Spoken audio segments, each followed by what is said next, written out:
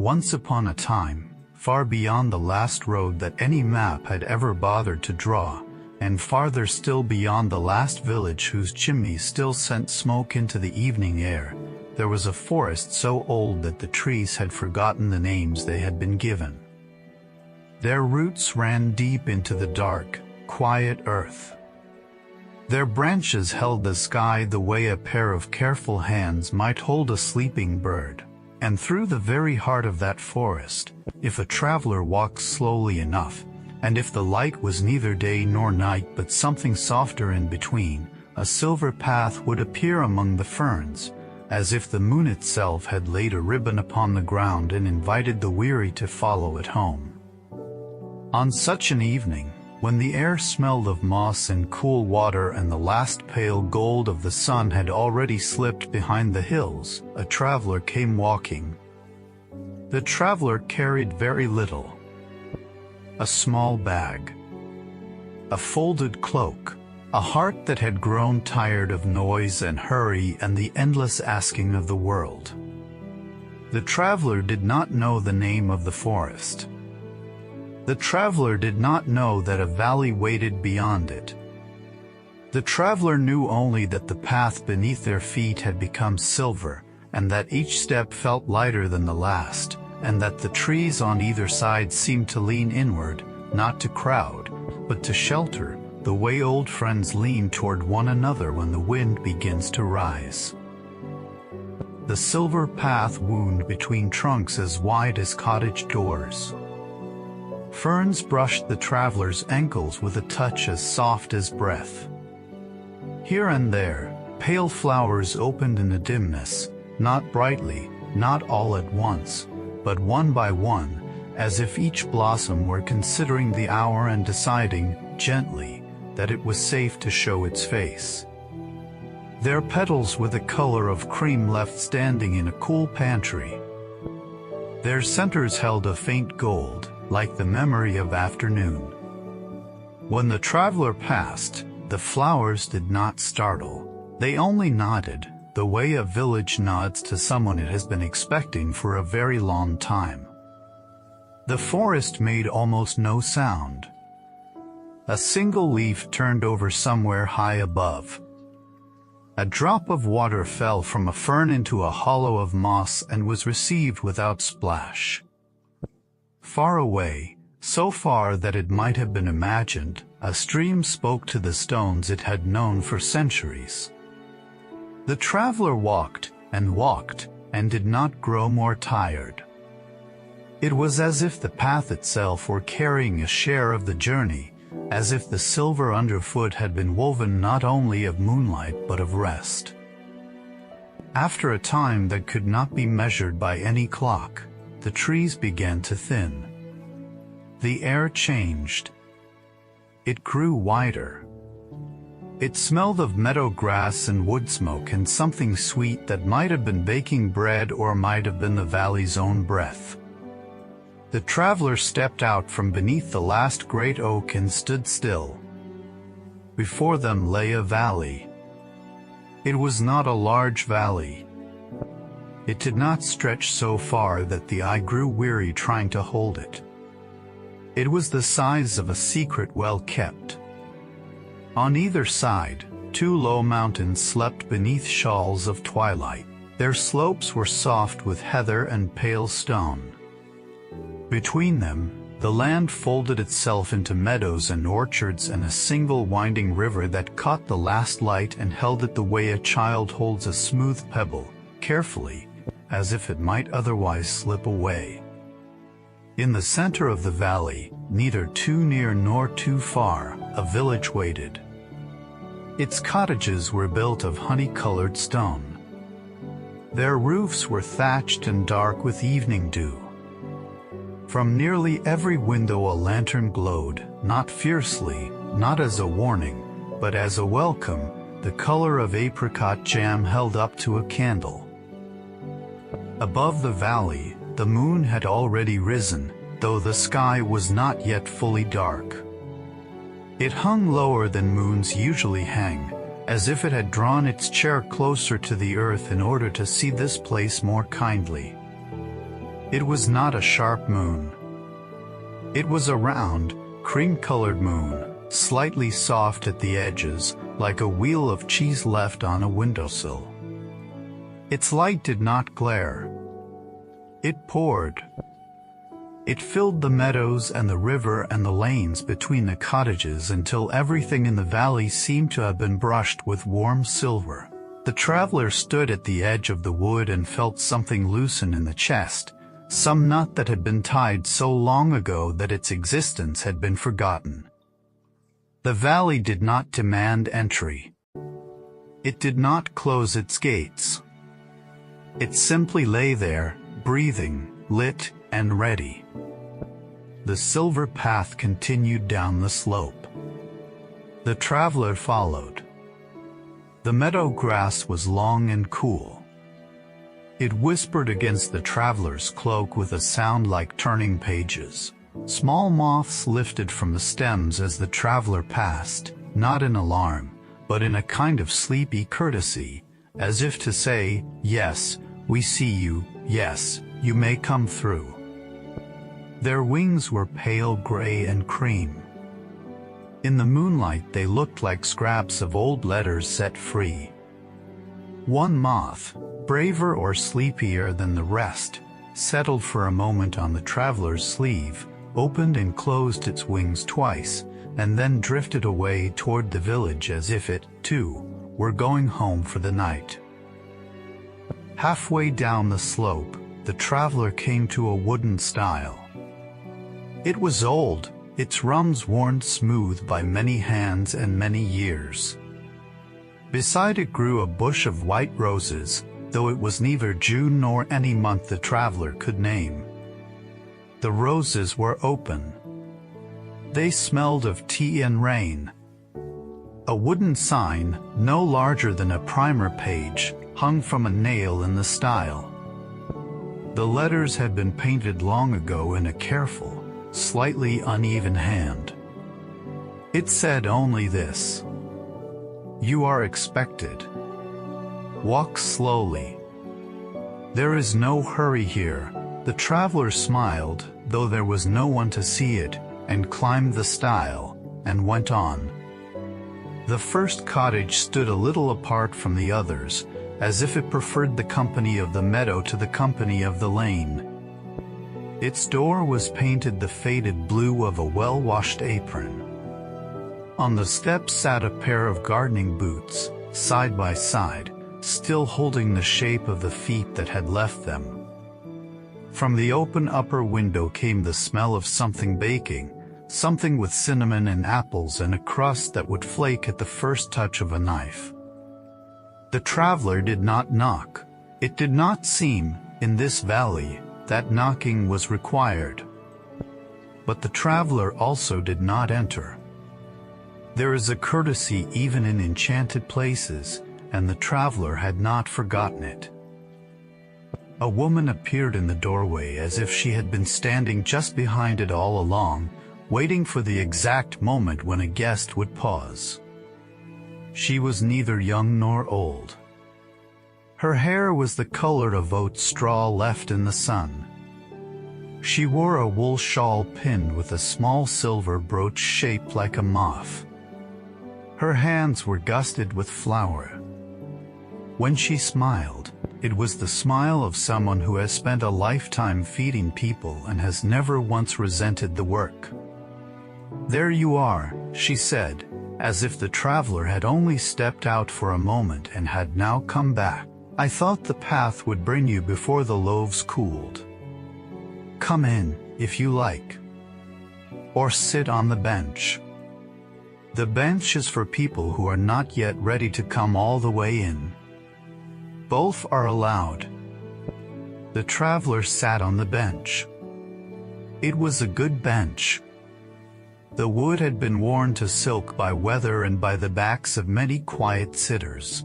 From it, the whole valley could be seen in a single, unhurried glance: the river, the orchards, the clustered cottages, the pale shape of a castle on a low rise beyond the village, its windows already lit, its towers not tall enough to be proud. only tall enough to see the moon more clearly. The woman brought a thick slice of apple cake on a blue plate and a cup of milk that was still faintly warm. She set them on the bench as if this were the most ordinary transaction in the world, which, in the Valley of the Sleeping Moon, it was. "There is no payment," she said, before the traveler could ask. "In this valley we bake because the evening asks for baking. We pour milk because the moon looks kindly on full cups. Eat slowly. The cake is better when it is not in a hurry to be gone." Then she went back inside, and the traveler was left with the cake and the milk and the view and the moths and the enormous, gentle fact of having arrived somewhere that did not require an explanation. The cake was still warm at its center. The apples had been sliced so thin they were almost transparent, and they had softened into the batter until they were no longer quite fruit and not yet quite sugar, but something in between, something that tasted of orchards in September and the kindness of ovens. The milk was sweet without having been sweetened. The traveler ate and drank and did not think of the road behind and did not yet think of the road ahead, because in that moment there was no ahead. There was only the bench, and the cake, and the valley filling itself with moonlight the way a basin fills itself with rain. When the plate was empty, the traveler set it carefully on the bench and stood. The woman did not reappear. She did not need to. The invitation had already been given, and the next part of the evening was waiting farther down the lane. The lane was paved with pale stones, each one worn concave in the middle by centuries of unhurried feet. Between the stones, moss grew in thin green seams.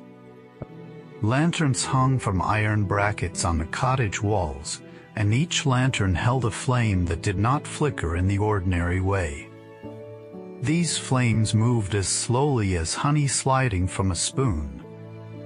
They were the color of late peaches. They made no smoke. They asked for no oil that the traveler could see. They simply burned, as if burning were their rest rather than their labor. The cottages themselves were close enough to be neighborly and far enough apart to keep their quiet. Some had window boxes of night-scented stock.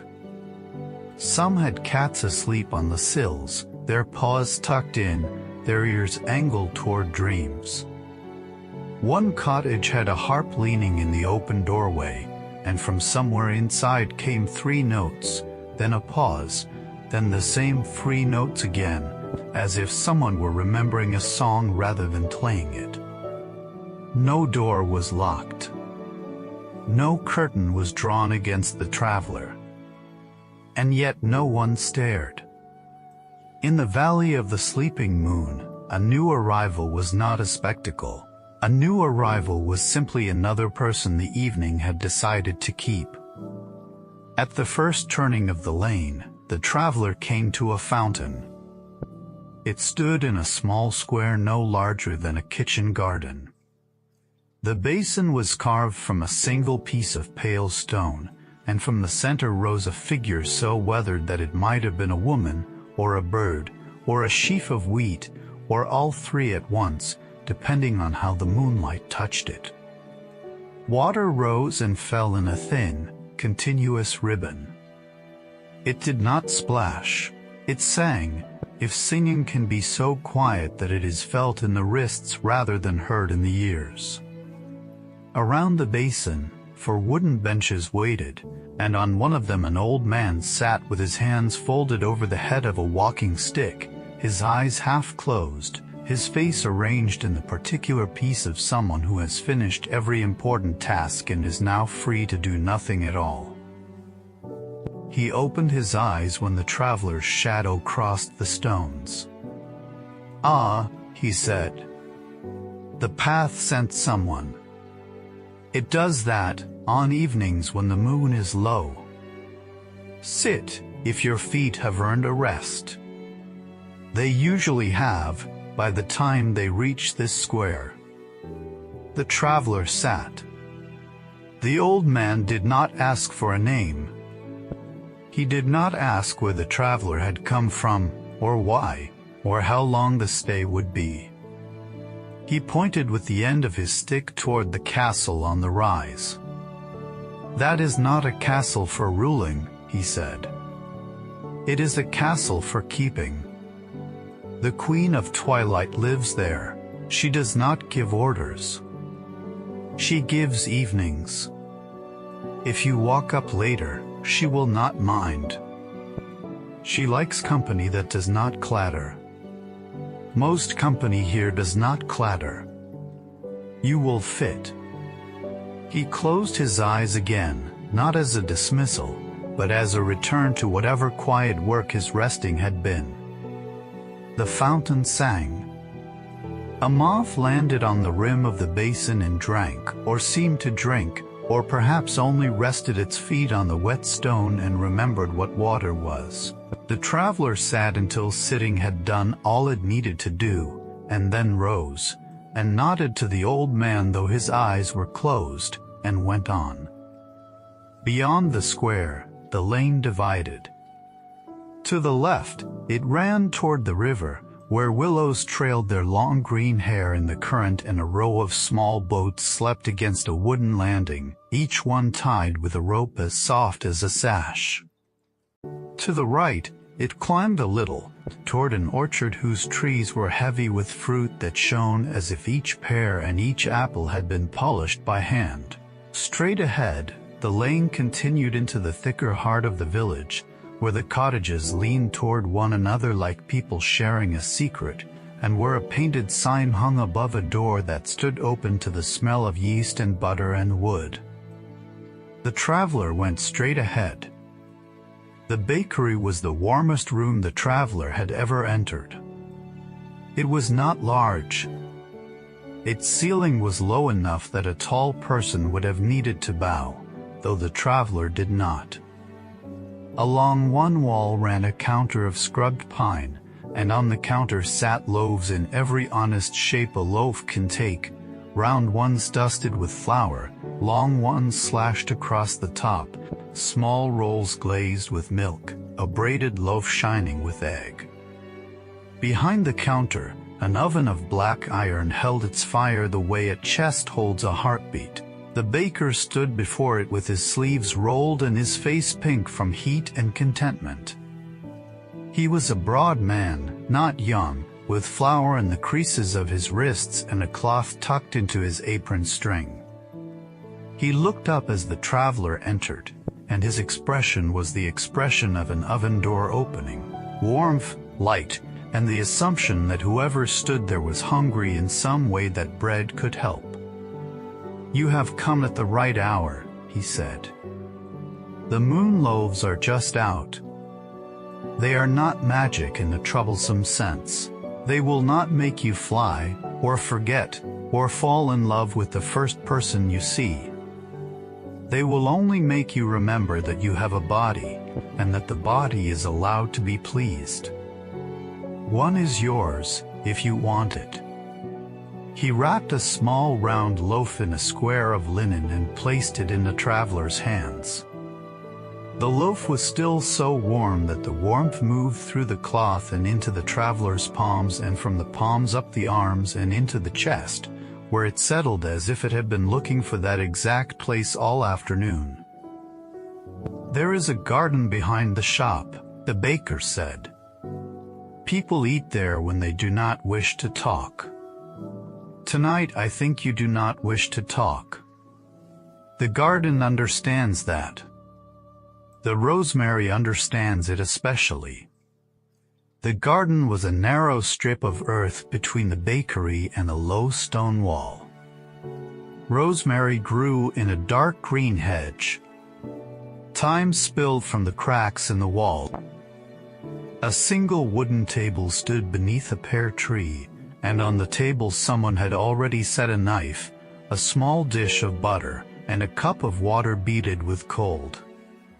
The traveler sat, The pear tree held the moon in its branches the way a hand holds a lantern. The traveler unwrapped the moon loaf. It was pale, almost white, with a crust that cracked softly under the knife. Inside, the crumb was tight and tender, the color of fresh ivory. The traveler spread the butter, which was sweet and faintly golden, and ate. Each bite seemed to quiet something. Not a thought exactly. Something beneath thought. The part of a person that has been standing for too long, even while sitting. The part that keeps watch when watching is no longer required. The moon loaf spoke to that part, and that part, at last, sat down. When the loaf was gone, the traveler remained at the table a little longer, listening to the bakery's oven breathe through the open back door, and to the rosemary releasing its scent in the cooling air, and to the village beyond the wall making the small sounds villages make when they are settling. A shutter eased shut, a bucket set down, a laugh so soft it might have been a sigh. Then the traveler rose, left the linen folded neatly on the table, and walked toward the river. The river in the valley of the sleeping moon did not rush. It had forgotten how, or had never learned, or had decided long ago that rushing was a habit best left to rivers that had somewhere urgent to be. This river moved as if it were thinking. Its surface held the moon in a long, trembling ribbon. Along its banks, the willows stood in a patient row, their leaves just touching the water, writing and erasing the same slow sentence over and over. The landing creaked very gently as the current shouldered the sleeping boats. No one was fishing. No one was calling from one bank to the other. A pair of white ducks floated near the reeds, their heads tucked backward into their wings, already given over to whatever dreams ducks are given. The traveler walked along the bank on a path of packed earth and pale pebbles. Fireflies had begun to appear, though the hour was earlier than fireflies usually prefer. They drifted above the grasses at the water's edge, not blinking in the nervous way of ordinary fireflies, but glowing in long, steady pulses, like lanterns carried by very small, very careful people. One hovered near the traveler's shoulder for several steps, as if offering companionship, and then rose and joined the others over the water. At a bend in the river stood a little wooden bridge, just wide enough for one person and perhaps a sheep, if the sheep were polite. Its rails were smooth.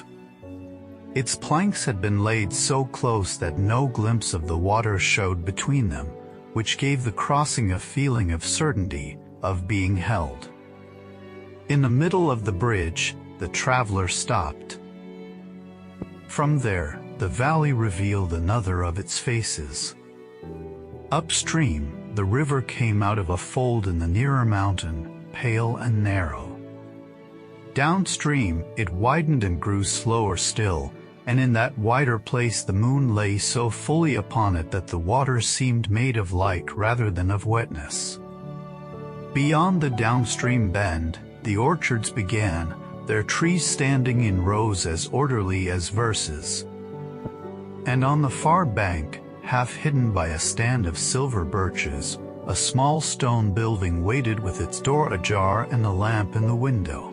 A painted board beside the door said, in the same uneven, careful hand as the sign on the stile, "The Library of Unfinished Stories.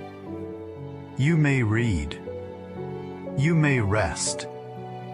You need not finish anything." The traveler crossed the rest of the bridge. The library was no larger than a good sitting room. Its walls were lined with shelves from floor to ceiling, and the shelves were filled not with grand, heavy volumes bound in lordly leather, but with slim books, notebooks, folded papers, and stacks of pages tied with faded ribbon. A fire no larger than a cat burned in a small grate. 2 armchairs faced it, both worn at the arms, both deep enough to keep a person from getting up too soon. Between the chairs, a low table held a glass bowl of plums and a pair of spectacles that belonged to no one in particular. A librarian sat in the farther chair. She was a small woman with ink on her first finger and a cardigan the color of dried lavender. She looked up from a page, not startled, and marked her place with a pressed leaf. "People always pause at the sign," she said. "Then they come in anyway. That is the correct order. Sit. The fire is used to company." The traveler sat. The librarian did not offer a particular book. She gestured, instead, toward the nearest shelf. "These are stories that were never meant to end," she said. "Not because their writers failed. Because some stories are better as places than as journeys. You may open any of them. You may close them whenever the sentence feels like a bed. No one here will ask you what happened next." The traveler reached out and took a slim book bound in faded green cloth. There was no title on the cover. Inside, the first page began. In a field where the grass had learned to be quiet, a white horse stood with its eyes half closed, listening to the bees, which were also half asleep. The traveler read that sentence twice, and then a third time, and then let the book rest open on their knee, because the sentence had already done enough. The fire ticked. The librarian turned a page. A plum in the bowl released a single, sweet thread of scent into the room. Outside, the river continued its long thought. The traveler stayed until the green book's first sentence had settled fully into the body, the way a warm stone settles into a coat pocket, and then closed the book, and stood, and returned it to the exact gap it had left on the shelf. "Come again if the evening grows long," the librarian said. "Evenings here are allowed to grow long. That is one of their duties." The traveler stepped back into the air, which had cooled by a single degree, just enough to make the bakery's remembered warmth feel like a gift still being given. The birches along the bank had begun to look more silver than white. The moon had risen a finger's width higher and seemed, if possible, even kinder. The path from the library led not back to the bridge but along the far bank, through the edge of the orchard. The trees were old.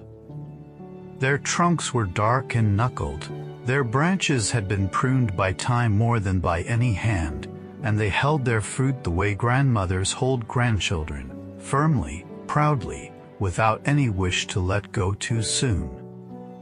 The pears were the color of candle flames seen through frosted glass.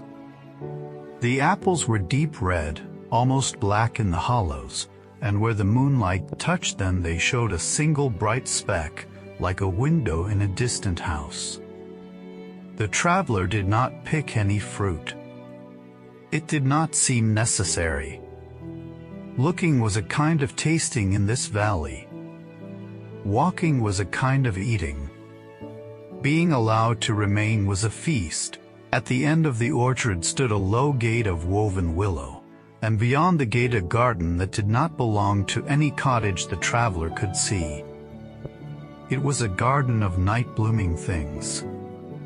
Flowers the traveler had no names for opened their pale faces to the moon, wide, soft blossoms the color of new milk, tall spikes of tiny stars, low cushions of petals that looked as if they had been cut from the inside of a cloud. The air in the garden was sweeter than the bakery, sweeter than the roses at the stile, sweet in a way that did not cloy but clarified, as if the scent itself were a kind of quiet. A gardener was there, kneeling among the nearest plants with a small copper watering can. He was young in the way that some people remain young all their lives, not by refusing age but by refusing hurry. His hair was dark. His sleeves were rolled. He watered each plant as if it were the only plant in the world, and only when that one had received enough did he move to the next. He noticed the traveler without turning his head. "You may walk the paths," he said. "They were made for walking. Try not to step on the silver thyme. It does not mind, exactly, but it sings more sweetly when it is unbruised." The traveler walked the paths. They were narrow, paved with the same pale stones as the village lane, and they curved for no reason except that a straight line would have been less kind to the feet. At the center of the garden, a round pool held the moon so perfectly that for a moment the traveler could not tell which moon was the real one. Around the pool, stone seats waited, each one wide enough for a person and a basket and a long hour of doing nothing. The traveler sat on the nearest seat. The gardener finished his watering and came to sit on the next stone, not close enough to require conversation, not far enough to seem unfriendly. He set the copper can at his feet. A drop of water hung from its spout, gathered itself, and fell into the grass with a sound too small to be called a sound. "These flowers open only when the valley is at peace," he said after a while, as if continuing a sentence he had begun earlier in the day, or in another year. "If there were shouting, they would close. If there were running, they would close. If someone arrived with a list of things that had to be done before morning, they would close.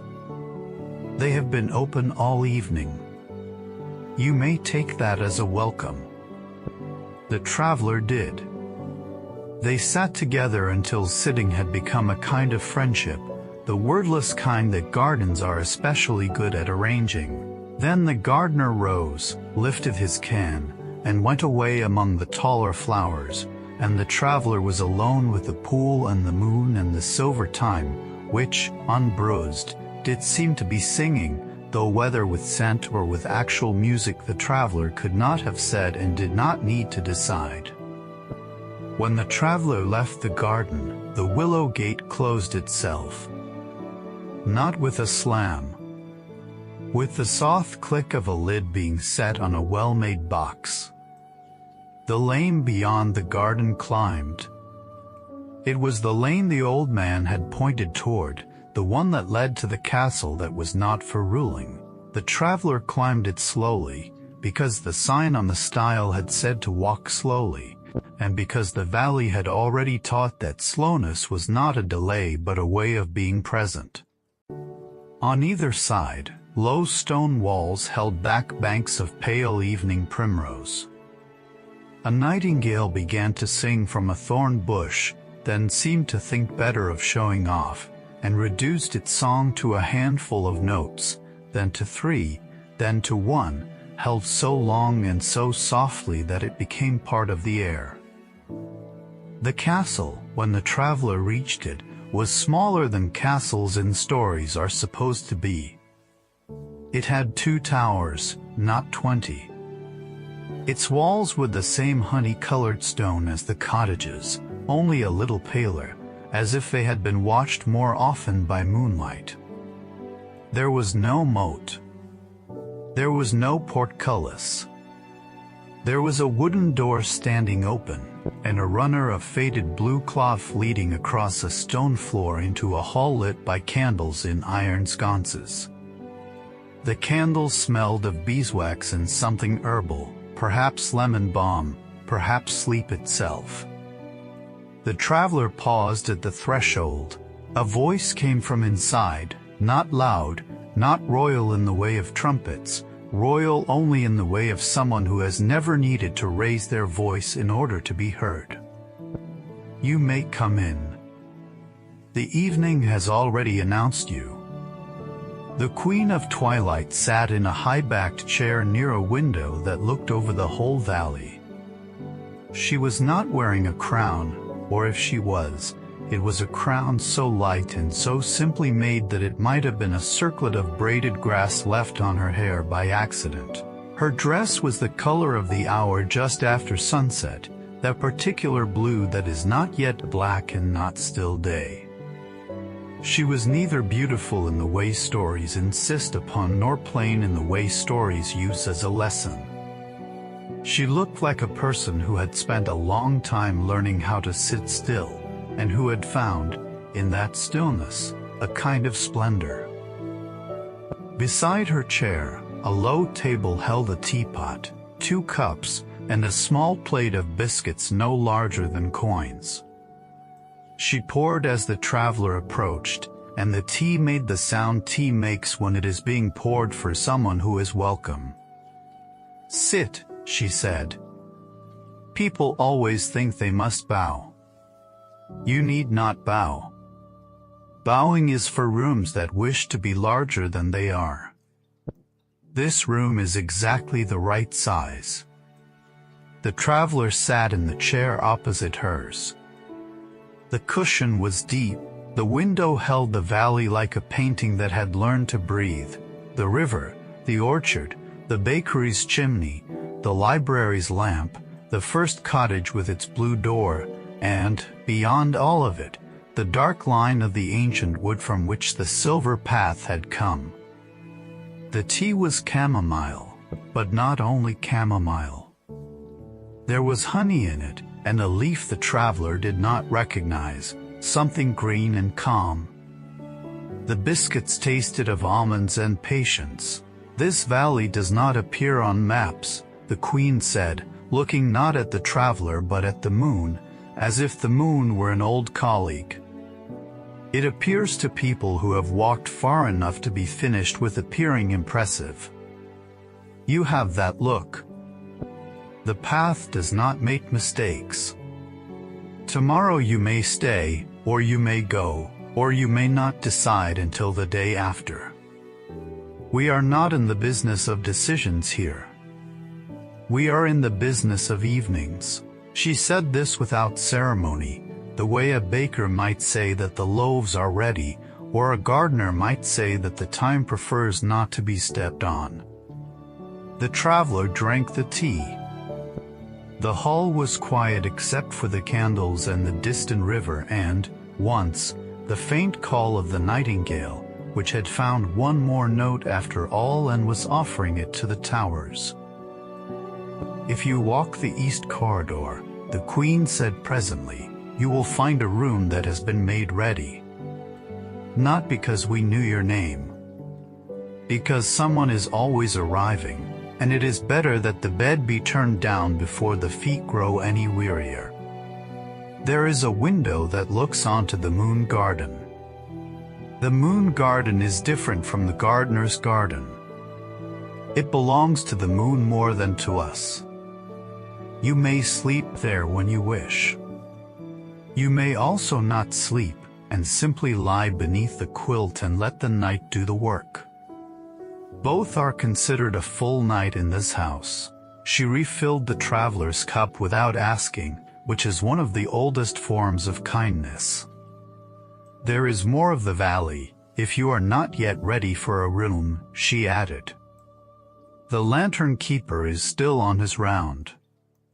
People like to walk with him. He does not talk much. His lanterns do most of the speaking. And there is the moon well, at the foot of the farther slope. People go there when they have something they no longer wish to carry. You need not throw in a coin. You need only stand beside it until the thing grows lighter. It usually does." The traveler finished the second cup. A drowsiness that was not yet sleep, only the first polite knock of sleep at the door, moved through the limbs. It would have been easy, then, to ask for the east corridor and the turned-down bed and the window onto the moon garden. It would also have been easy to stand and walk a little farther, because the valley still had pieces of itself to show, and because arriving too quickly at rest can sometimes make rest shy. The traveler stood. The Queen of Twilight nodded, as if this, too, had been expected. "Then go and see the rest," she said. "The room will keep. Rooms that are truly ready do not mind waiting." The traveler left the hall the way one leaves a church, or a grove, or a room in which a child has just fallen asleep, carefully, so as not to disturb the air. Outside, the valley had grown a shade deeper.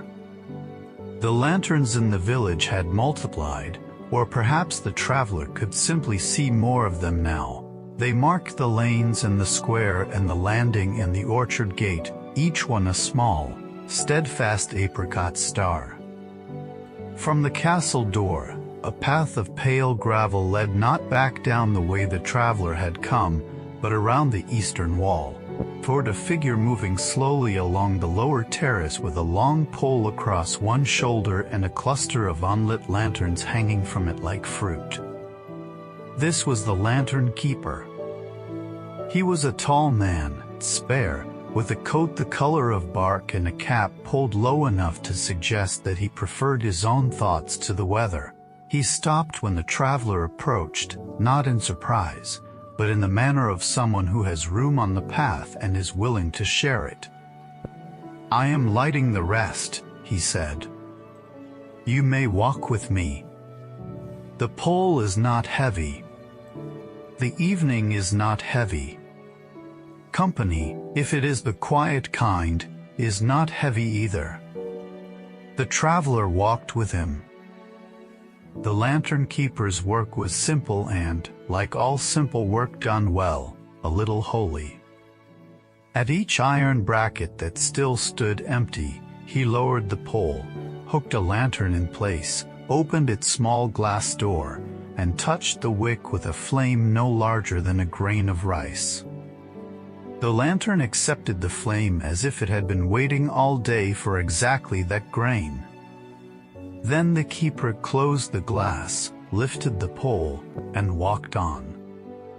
He did not hurry from bracket to bracket. He did not linger as if performing. He moved at the pace of a person who knows that light, once given, will do its own remaining. They lit a lantern at the corner of the east terrace, where the castle stones gave way to a hedge of box. They lit one at the top of a flight of shallow steps that led down toward the village. They lit one beside a sundial that, at this hour, had nothing to tell and seemed relieved. They lit one at the entrance to a walled place the keeper named, without turning his head, the Moon Garden. "You will want to see it," he said. "Everyone does, their first night. It does not mind being seen, it minds being rushed. You do not look like a rusher." He lit the lantern at the Moon Garden's archway, and then, with a nod that served as both farewell and blessing, he continued down the steps with his remaining lanterns, his pole balanced, his coat the color of bark disappearing among the apricot stars of the village below. The traveler stepped through the archway. The Moon Garden was not like the gardener's garden of night-blooming flowers, though it shared the garden's dislike of hurry. This was a garden made almost entirely of pale things. White gravel paths. White roses climbing pale walls. Beds of lamb's ear, soft as sleep. A single tree, a white beam, standing in the center with its leaves showing their silver undersides whenever the air moved, which was almost never. In the very middle, beneath the white beam, a circular bench surrounded a stone basin no deeper than a mixing bowl. The basin held water. The water held the moon. The moon, in that small circle, looked near enough to lift. The traveler sat on the circular bench. There are places in the world that do not require a person to become anything. Not wiser. Not calmer. Not healed, even though healing may happen there the way do happens, without instruction. The moon garden was such a place. The traveler sat, and the white beam held its leaves still, and the roses released a scent so faint it was almost a rumor of scent, and the moon in the basin and the moon in the sky regarded one another the way old friends regard one another when there is nothing left that needs to be said. A white moth landed on the rim of the basin. Then another. Then a third. They did not drink. They only stood there, 3 small living moons, and after a while they lifted off together and spiraled once around the white beam and vanished into the higher dark, which was not very dark, because in the valley of the sleeping moon the dark was never allowed to become complete. It was always mixed with silver. It was always mixed with lanterns. It was always mixed with the memory of the baker's oven and the librarian's fire and the queen's tea and the first woman's apple cake. Darkness, here, was only another kind of gentleness.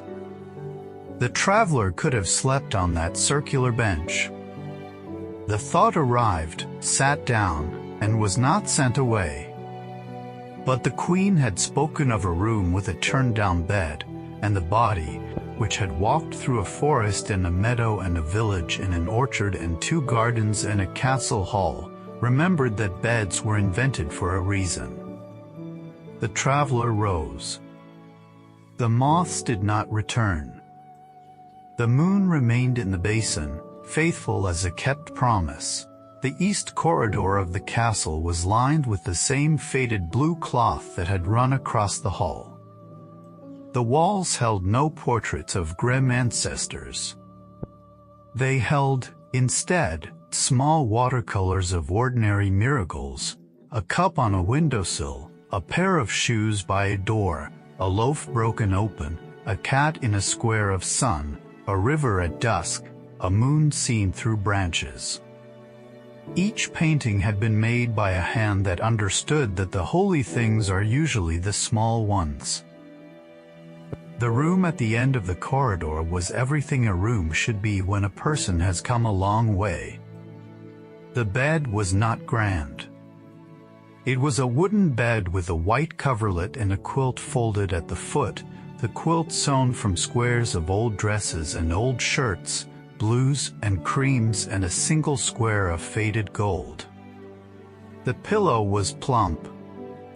The sheet had been turned down in a neat triangle.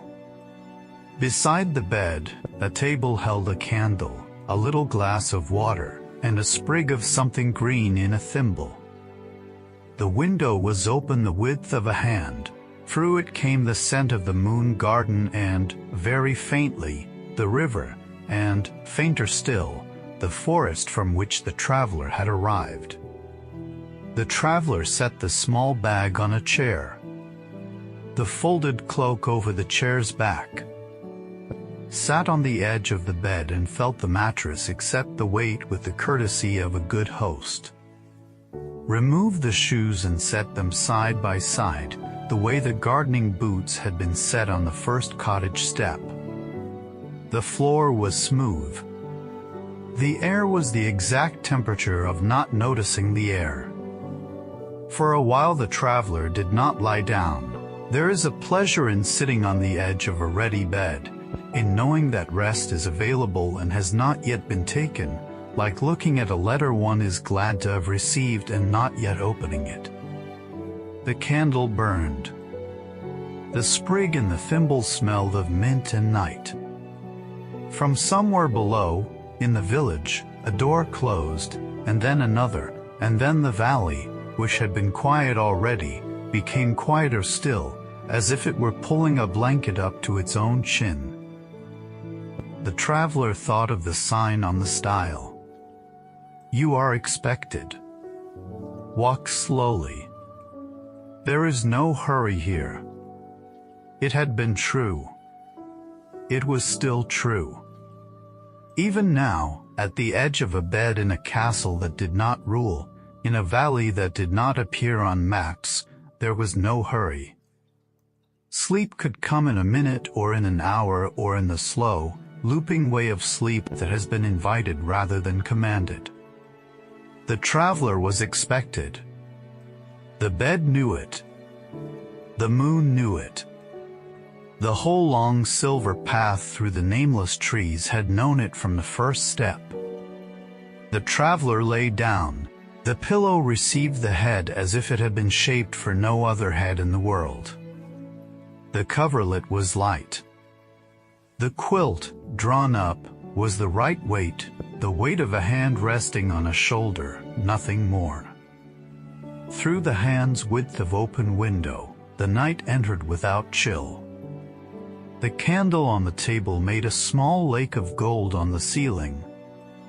The traveler watched that lake for a time, watched it tremble when a moth, perhaps one of the three from the basin, perhaps another, passed the window, and then watched it grow still again. This, then, was the first night in the valley of the sleeping moon. There would be more to see.